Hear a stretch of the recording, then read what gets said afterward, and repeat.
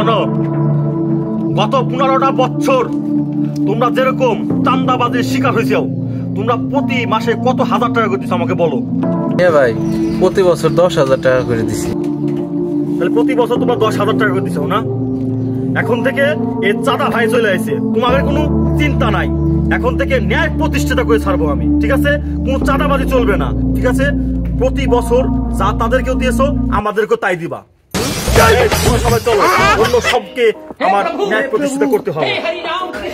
এক জুলুমবাজ যায় আর এক জুলুমবাজের আগমন হয়েছে। আল্লাহ আমাদের দোকান বেশি, আমাদের প্রতি বছর চাঁদা দেওয়া লাগবে।